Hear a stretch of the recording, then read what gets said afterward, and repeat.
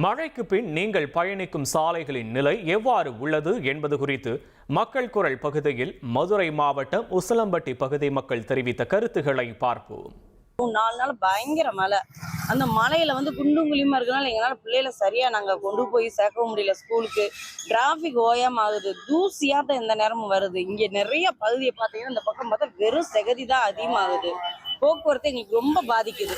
இதுக்கானதை நீங்க எடுத்து கொடுத்த தக்கபடி நடவடிக்கை எடுத்து சீக்கிரமா சரி பண்ணி கொடுத்தா எங்களுக்கு ரொம்ப யூஸ்ஃபுல்லா இருக்கும். சில மாதங்களாக உசிலம்பட்டியில் மழை பெஞ்சிக்கு இருக்கு. அதனால ரோடுகள் ரொம்ப டேமேஜ் ஆகிருக்கிறதுனால மக்கள் இந்த ரோட்டில் போகிறதுக்கு ரொம்ப சிரமப்பட்டு இருக்காங்க.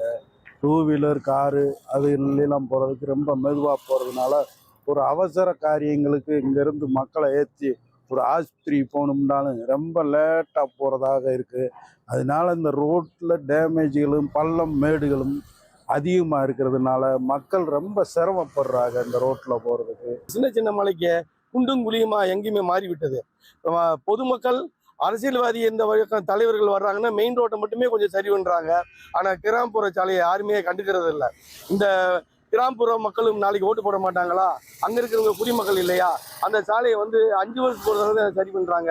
குலதெய்வ கோயில் அதிகம் அடிக்கடி அந்த சாலைகளை பயணிக்கிறாங்க. திரும்ப வரும்போது நோயாளியாக வராங்க. பழங்கள் இலை இப்படி பல பொருள் உற்பத்தி செய்கிற பொருளை பூரா கொண்டுக்காராங்க. அவனுக்கு நல்ல ரோடு இல்லை, நல்ல வசதி இல்லை, பூரா பேர்ந்து போச்சு. இதை பல தடவை கலெக்டர்கிட்ட சொல்லிட்டோம், எம்எல்ஏட்ட சொல்லிட்டோம். யாருமே எந்த விதமான செவி சாய்க்கிற மாதிரி தெரியல. போராட்டம் பண்ணியாச்சு, மக்களை திரட்டி இவ்வளவும் 2 கலெக்டர்கிட்டையும் சொல்லியாச்சு.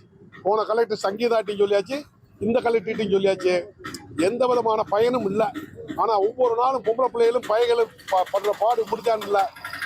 கிராமப்புறத்து விவசாயிகள் மூலம்தான் இல்லை. அவ்வளவு சொல்லவும்னா துயரம். மக்கள் குரல் பகுதியில் உசிலம்பட்டி மக்கள் தெரிவித்த கருத்துக்களை பார்த்தோம்.